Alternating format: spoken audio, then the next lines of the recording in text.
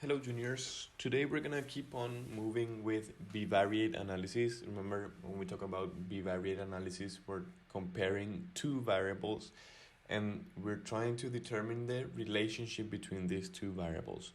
So for today, we're gonna see electronic assignment number 13, which is the line of best fit, also known as regression line. We're gonna make an introduction of how to determine this line of best fit, and later on I'm gonna show you how to find the exact equation for this line of best fit, which has a lot of applications in real life situations. It is widely used for prediction purposes and statistical as a statistical tool. It is very widely used worldwide. Okay, so the line of best fit or regression line. The objectives for this class are two. Number one, draw scatter diagrams in line of best fit. And number two, apply mathematical and contextual interpretation of results. So remember from the previous classes, we've seen how to determine the correlation coefficient R. And based on the value of the correlation coefficient, we could state the relationship between two variables. We could say that they had a negative correlation or a positive correlation. And we could also state how strong the correlation was, if there was no correlation, if it was weak, if it was moderate, strong, or even perfect correlation, right? So depending on the value of R, we could describe the correlation of the variables. So let's start by doing this short investigation, and we're gonna introduce the line of best fit. It says, number one, draw a scatter diagram for this data set. So to draw the scatter diagram, we just need to look at the table and observe the values, right? In order to save some time, I have already plotted the coordinate plane, and what I'm gonna do next is plot these points. This first point, second point, third point, and so on. So the first point, 1, 1, it's here. Second point, 2, 2 is here. Then we have 3 and 1.5, 3 in x, 1.5 in y, that's around here. Then 4, 5, that's here. Then we have 4, 2, 4 and 2, that's here. Then 5, 4, 5, 4 is here. And finally 6 and 3, that's here. So this is our scatter diagram for this data set. Then for number 2, it says, in words, describe the correlation between x and y as it appears in your scatter diagram. What type of correlation do you think this has? It definitely has a positive correlation, okay? It's difficult to say if this is strong. I would actually say it's moderate. So we're gonna call this a positive, moderate, or you could say moderate positive as well, a linear correlation, right? So 3 clue words: positive, moderate, and linear, right? Remember, a correlation does not necessarily have to be linear. So you need to state that it is linear in case it is, right? So that's it for number 2. Then for 3, draw a straight line on the graph which you think best approximates the relationship between x and y. Okay, so I'm gonna try doing this with a different color. If I try to approximate a line that kind of shows the trend of this point, it would be something, let me see, something like this. The idea, it doesn't necessarily need to pass through point 0, 0. The program is just rounding it up there, but it doesn't necessarily have to pass through point 0, 0. We're gonna see that in a while. But kind of for you to try to understand this concept of line of best fit, the idea is to try to always have the same amount of numbers of points, up from the points down, right? You see we have 3 points up, 3 points down, and we have 1 point passing through the line. So this line kind of shows the trend of this points of this scatter diagram, okay? So that's how I draw this by hand. Then it says for number 4, find the mean of x values and the mean of y values. So remember how to calculate the mean of a given data set. What should we do to calculate the mean of x? We need to add all of these terms and divide by the quantity of terms we have, which in this case is 1, 2, 3, 4, 5, 6, 7. We have 7 pieces of data. So we want to do this by hand. We would say that do this, find the mean. Yeah, I'm going to take this down a little bit. So if we want to calculate the mean of x, we would do 1 plus 2 plus 3 plus 4 plus 4 plus 5 plus 6 divided by 7, right? We have 7 pieces of data. And to calculate the mean of y mean, this would be 1 plus 2 plus 1.5 plus 5 plus 2 plus 4 plus 3. And once again, this is divided by 7. You can do this in your calculator and you will get the result. But what I want to show you here is how to directly determine this using the calculator, which is something that it's probably a little bit new for you. But you'll see that it's the same thing as calculating the mean for one bar. So pay attention. If you look at, let me see how I can do this. If you look at, let me do the following. If you look at the calculator, let me see, how can I write this? Just give me a second. This 1, 2, 3, 4, 4, 5, 6. 1, 2, 1.5, 5, 2, 4, 3. Okay, so if you go to your calculator, let me show you a calculator here. How do we find the mean using a calculator? Follow these steps. Right. So you go to your calculator, menu statistics. We're going to use menu 2, menu statistics. So press 2. And then here, I'm going to erase this. We're going to plot in all the values of x in list 1 and all the values of y in list 2. So if you see the exercise, you may try doing this with your calculator. In the exercise, the x values were 1, 2, 3, 4. I think number 4 gets repeated. Yes. 4, 5, and 6. Okay. And the y values are 1, 2, 1.5, 5. Then we had 2, 4, 3. 2, 4, 3. And that's it. So then, how do we calculate the mean of each? You see that we normally would press, we should press calc, okay, which is F2. And then before pressing 2var, because this is bivariate analysis, we would first click on set, just to make sure that our information is, or that our calculator will do the right calculations. So as we're working with bivariate analysis, 2 variables, we just look at this 2var list, okay? So you should make sure that it says 2var x list, it's going to read from list 1, and the 2var y list, for the y variable, it's going to read from list 2. We don't care much about this 2var frec. Only this should be correctly set up, list 1 and list 2. So if you have that, you go back, and then you press on 2var, F2, okay? And here you have the mean of x is this first value over here, 3.57. And if you scroll down with your calculator, you'll see here, this is the y mean of y, 2.64, okay? So that's how you see this value directly from the calculator. So 3.57 and 2.64. So we're gonna write this here, 3.57 and 2.64, okay? That is the value of x and the mean of x and the mean of y. You can perform this and you should get the same result. Okay, so that's how we calculate the mean of x and mean of y. If you follow these steps, you will remember.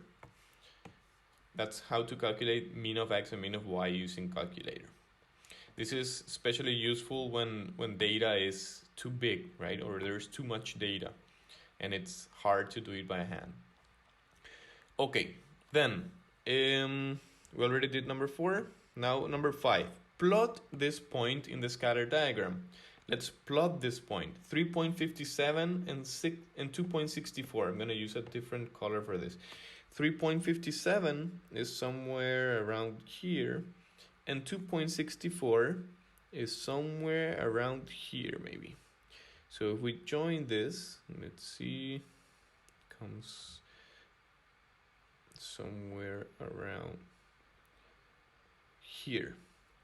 This is what we call, I do it with a different font, the mean point. Mean point, which is mean of x, comma, mean of y.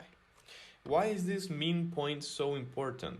When we draw the line of best fit, the mean point is very important because the line of best fit should always pass through this point, okay? So you see that our blue line, the one we drew before, is kind of imprecise, right? It's not accurate enough because it does not pass through the mean point.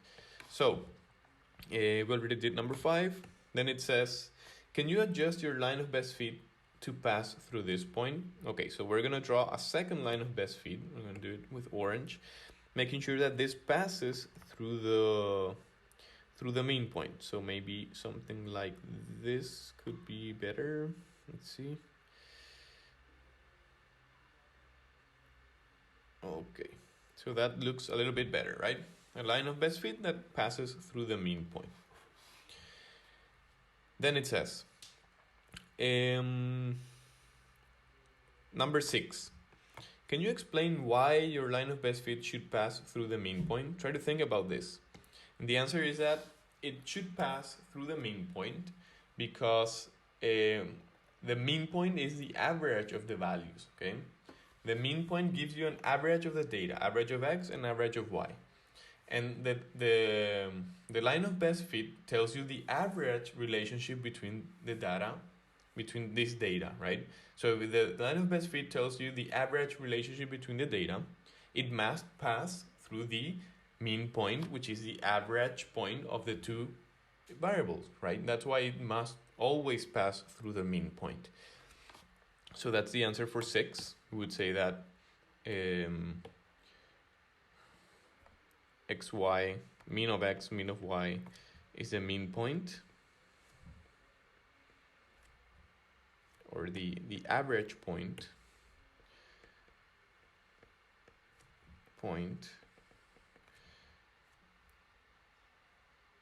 of the variables,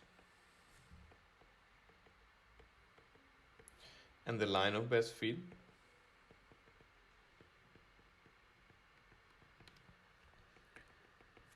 describes the average relationship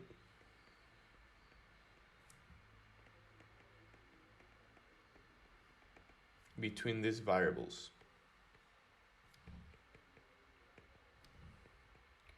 So this would be the correct result, the correct answer for this question. Finally, for number 7, what does the line of best fit represent and what point should it pass through? Okay, this is kind of what we already talked about.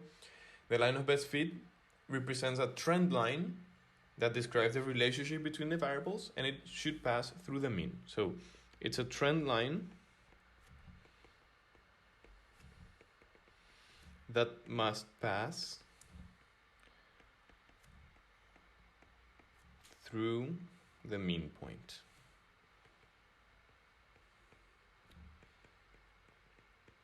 Okay, I hope this is clear enough for you. So keep on moving with this. We have the definition. I'm going to make this a little bit bigger. The definition of the line of best fit.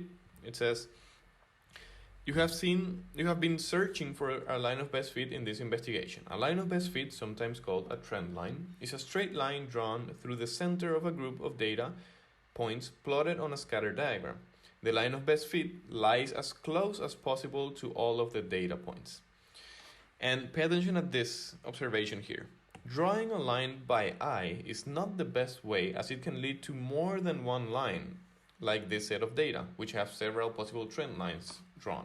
Okay, so you see that this technique of the line of best fit is kind of inaccurate, right? Because it's very subjective. Each people, if you were to draw the line of best fit, you would probably get a different line from the one I got, and it's kind of it would obviously create different results, right? So that's why this technique of the line of best fit is very inaccurate.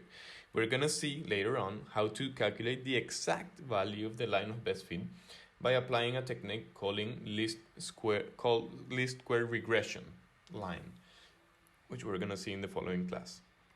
So here's a summary. To draw a line of best fit by eye, draw a line that will balance the number of points above the line with the number of points below the line.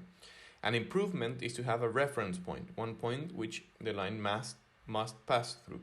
This is the mean point and is calculated by finding the mean of the x values and the mean of y values. That's what we did in the investigation. Here it says, in the following example, you will plot a line of best fit to make an estimate about the connection between the total fat and the total calories in fast food. Okay, so this is a real life application. So it says, the table below shows the total fat and the total calories in fast food. So we have, for each meal, we have the respective fat and calorie. So we're talking about two variables. That's why it's a bivariate analysis, right?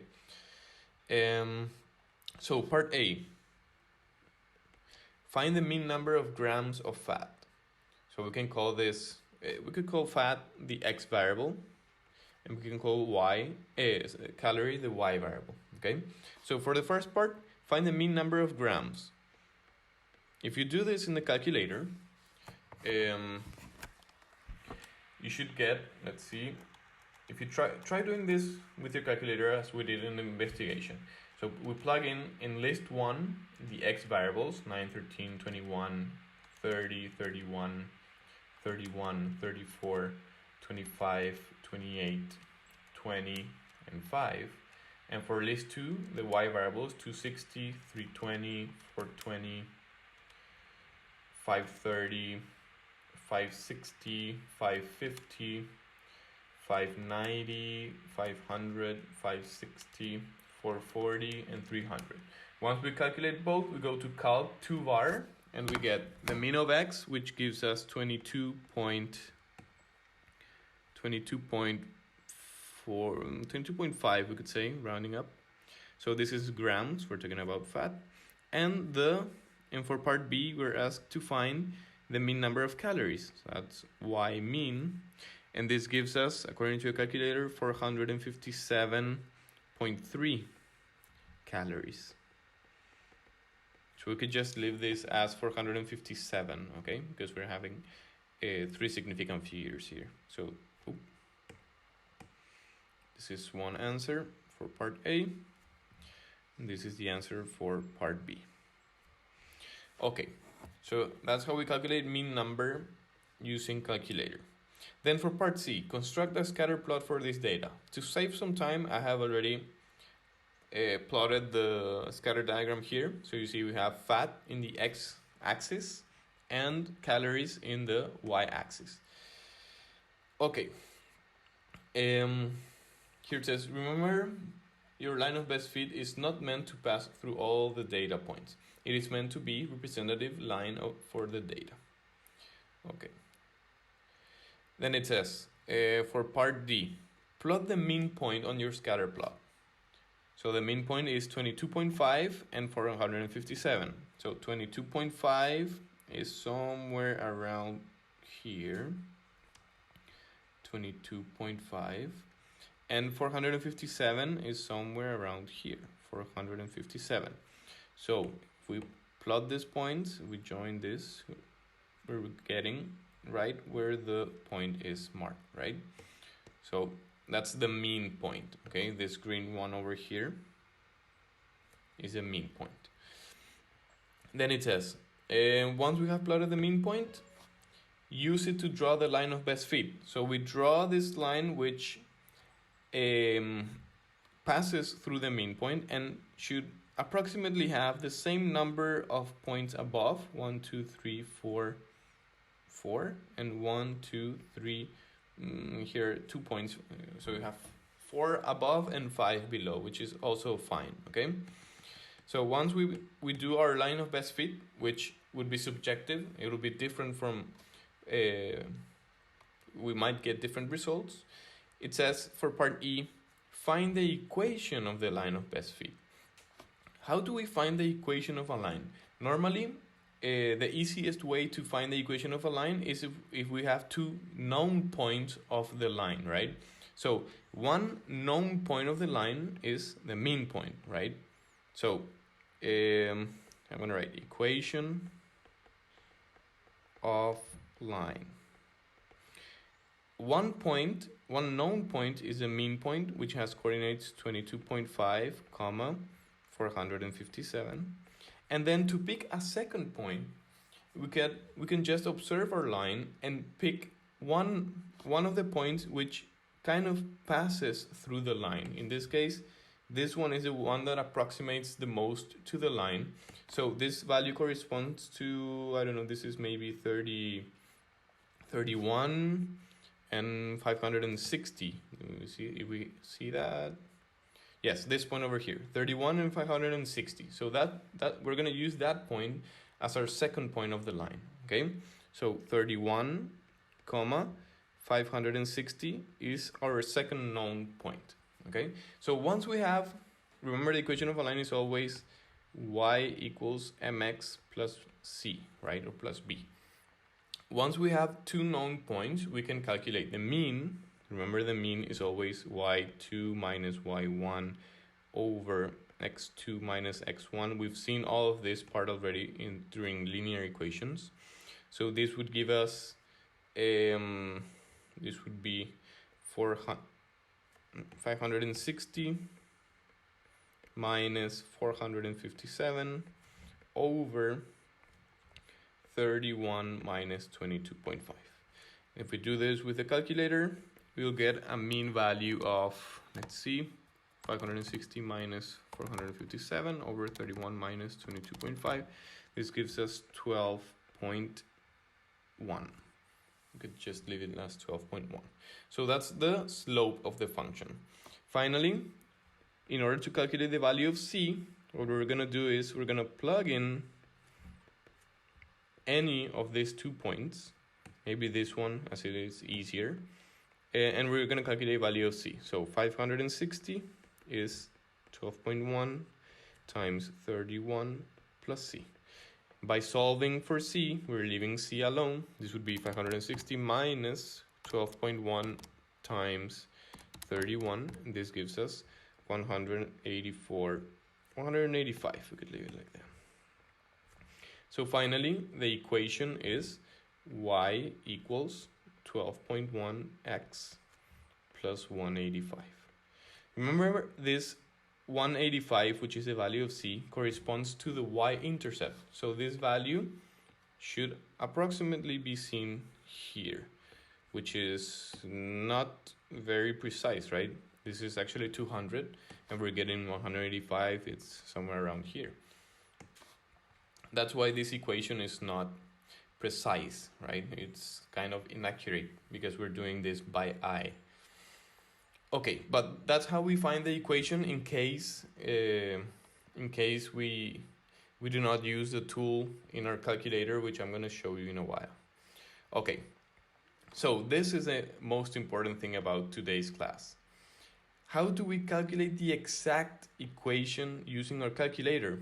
You just need to follow these steps, which are basically the same steps you followed to calculate the correlation coefficient R, if you remember that from the previous class. So how do we calculate the exact value?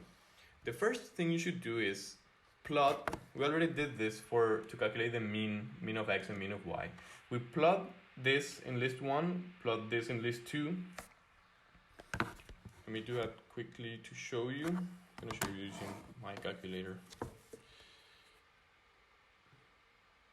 So you plot in the values of x and the values of y, right? The same we had in the table. Once you did that, you go to calc F2. And then you have three options. 2var is the one that shows you mean of x and mean of y, right? We already did this. But now we want to calculate the regression line. So we click on reg, and then we click on x, and then we have two options. We're going to use the first option because we normally use that format of the line. So remember this. This is what we saw last week, how to calculate the value of r. But you see that these two values, a and b, corresponds to the slope and the y-intercept of our line, right? So these are the exact values of the slope and the y-intercept. And this will give us the exact equation of the line. So it's 11.7x plus 194, okay? So I'm going to go back, 11.7 and 194. So using our calculator, we're going to see y equals ax plus b, where the value of a, according to the calculator, is 11.7, and the value of b is 194. So finally, our equation, the exact equation for this line of best fit would be 11.7x plus 194. This is the exact equation of the line. You see that this equation is similar to the one we calculated. If you compare this with this, you see that they are kind of similar, but there's a difference, and that difference makes the difference. So I hope you understood how to calculate the exact equation of the line. Here are the summary of the steps you need to follow. It's basically the same steps we follow to calculate the correlation coefficient R. So you can see that class as well if you don't remember how to do this. But it's kind of easy. Okay, finally, we're going to discuss two concepts here that are very important when applying this tool, which are interpolation and extrapolation. It says, when you have a line of best fit, you can use it to make estimates about data, right? As I told you, you can make predictions using the line of best fit. So there are two types of predictions that can be made. The first one, interpolation, is when you make a prediction inside the domain in which your data points span. Extrapolation, on the other hand, is when you make predictions outside the domain your data points span. Okay, so a good way to remember this is interpolation inside your data, extrapolation, extra data or outside of the data. Okay, then it says the accuracy of interpolation depends on how strong the linear correlation was. That means that you could do interpolation if the correlation coefficient is strong. Okay, and then it says extrapolation is often considered unreliable, as predicting becomes less accurate as we move further outside of the domain. It is difficult to know whether the data will continue in the same trend outside the domain of the data you have. A clear example about this is the current pandemia, the coronavirus, which it is very difficult to make extrapolation that's trying to make predictions outside the domain, as we don't know how this will be behaving during the next days, right? But we can make interpolations because we already have data. We already have, so 3 to 4 months of data. So we could make estimations inside the domain. Okay, so here's a clear example that shows you why extrapolation is unreliable. It says, for example, Ayman is 17 years old. His mother has been recording his height since birth. This scattered graph shows his age and height. See, this is interesting for a math project, for example, right? So we have the age of Ayman and his height throughout all of his years. And you see that there's a trend here. His height is obviously increasing as his age increases. But what do you think will happen later on during these ages where normal humans just stop growing? The points will start being more straight, like a horizontal line, and maybe when we get older, even our height will start decreasing. So we cannot use this line of best fit that we can draw here because it will be unreliable, right? We cannot say that at 45 we're gonna be 4 meters tall. That's ridiculous, right? So that's why the extrapolation, which is drawing points outside of our domain, is unreliable, right? You see that in this case the extrapolation is just ridiculous. While we can make interpolations. For example, if I don't know my height at age 6, let's say, I could see where my line is and kind of make an estimation and say, my height will be, for example, this is 1.10 meters, right? So you can make interpolations here. It'll give you a reasonable answer, but extrapolation is just unreliable. Okay, so here it says, discuss with your partner. It says, can you use a scatter diagram to estimate Ayman's height at any time during his first 17 years? And the answer is no, right? Because we cannot make estimations for an age further than maybe 20 or 18, because we just don't know how this will behave afterwards, right? Then, what happens when you use a scatter diagram to estimate his height when he's 40 years old?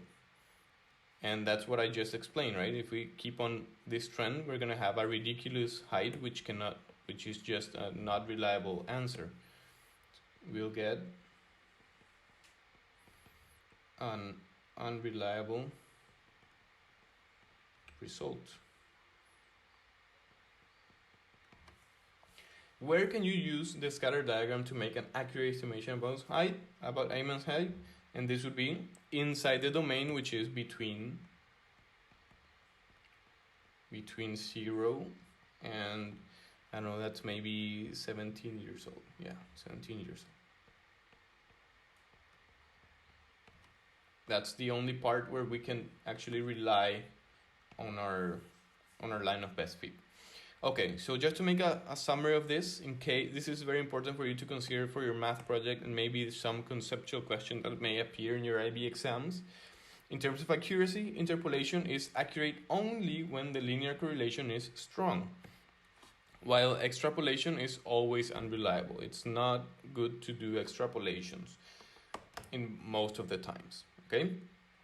So that's it for today's class. I hope you could understand this concept. It's pretty simple and it's very useful for daily life situations. And as always, if you have any doubts, I'm always available in Google Classroom. Do not hesitate to ask any questions if you have. See you, juniors.